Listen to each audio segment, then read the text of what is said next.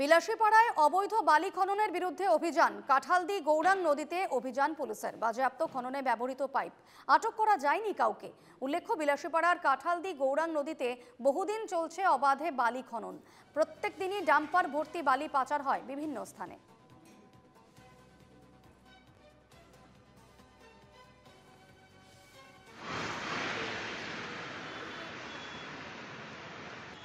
আজি তাৰমানে কাঁঠালদি এৰিয়াত মানে গৌৰাং নদীত মানে বহুত অবৈধ খনন কাৰ্য বহুত দিনৰ পৰা চলি আছে।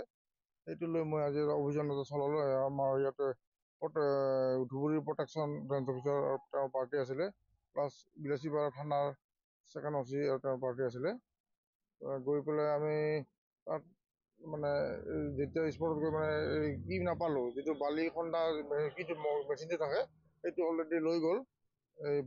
বহুত বহুত বৃহৎ সংখ্যক মানে পাইপ উদ্ধাৰ কৰিলোঁ আৰু সেইখিনি মই লৈ এতিয়া ৰখা খাটাৰ ভিতৰত মানে সুৰক্ষাৰ বাবে আনি ৰখা হৈছে। বৃহৎ সংখ্যক পাইপ, বহুত পাইপ অনা হৈছে।